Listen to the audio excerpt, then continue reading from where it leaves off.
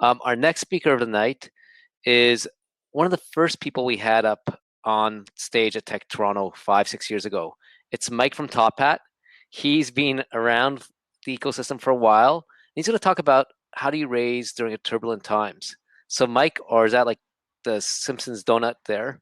Can you tell us a bit about what TopHat does and a bit about your background? Yeah, I thought I'd liven it up a little bit. So TopHat is an education technology company based in Toronto, and what we're trying to do is really modernize higher education by replacing traditional paper-based textbooks and providing a suite of tools for universities to create active learning environments for their students, dramatically improving their outcomes. Very cool. So originally when we asked you to be on stage, this is when we thought you'd be on stage, a live stage, and we used to have a section called Raise of the Month, where founders come and give tips about raising. You just closed your Series D. Yep. Tell us about some context about raising now, because it's a very different environment. Like, hey, it's not an easy time to raise.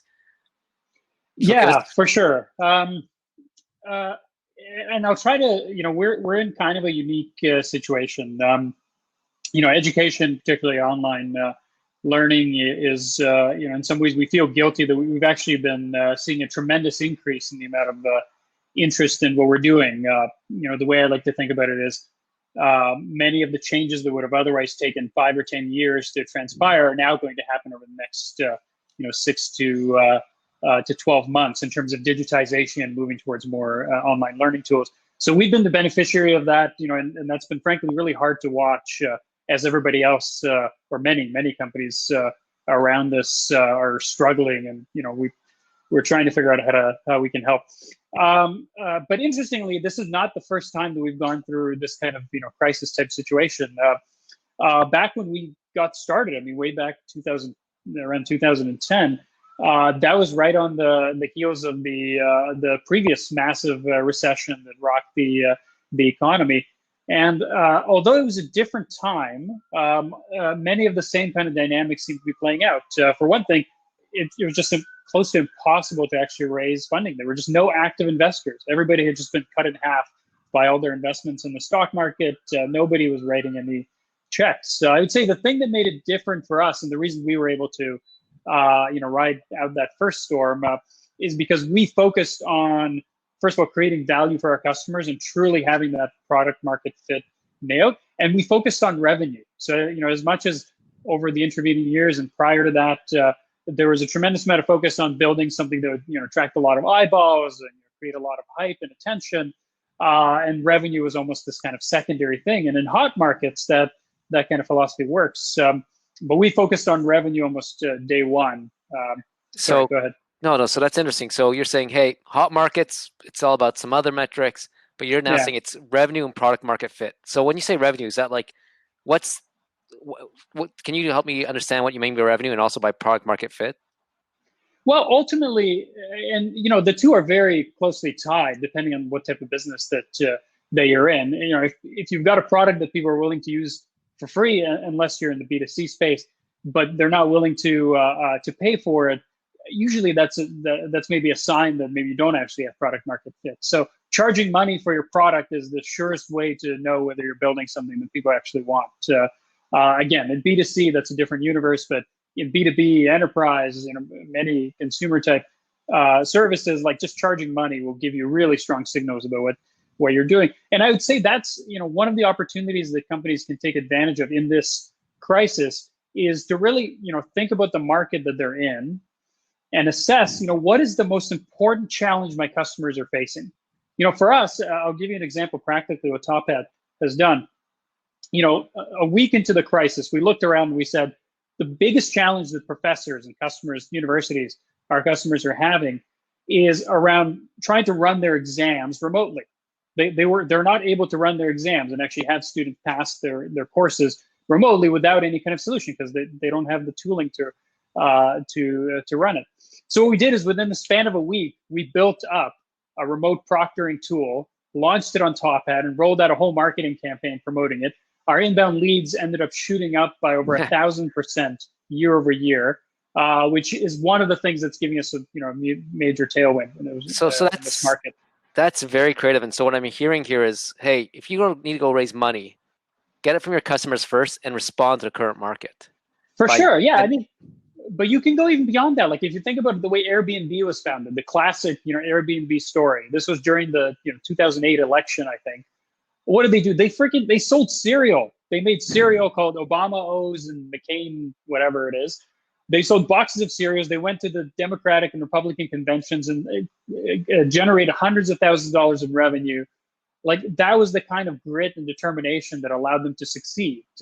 I think that same type of energy is necessary to survive in this kind of market. You got, to echo sorry, I forget the person's name, the person from Uber that just spoke. That was such sage advice that, like, look, you got to move fast. Speed is like the absolute thing that you need in this type of environment, and you got to respond to what your customers are asking for. cool. I'm just gonna note to people in the chat. If you have any questions for Mike, I'll be opening it up in a couple minutes. So just put question. I'll try to find them.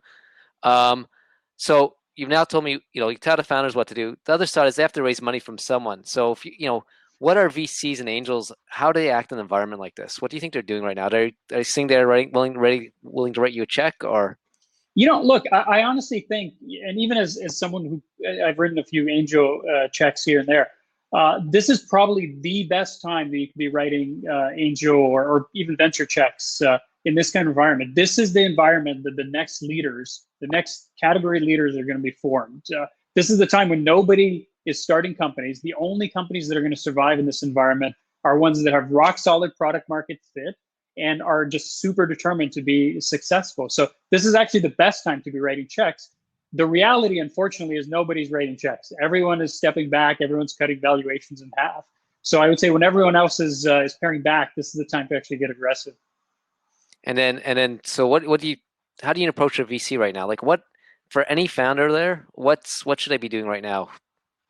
Yeah, I mean, I would say going back to what I said earlier, like nothing speaks like revenue. If you can control your own destiny, you're profitable, and that can be ramen profitable, meaning you're just covering your costs, but you have infinite runway. I mean, that's the way to survive. So again, to follow the advice that was said earlier, like you need to cut your expenses to the point that you're sustainable, and then focus on growth and adding value to your customers.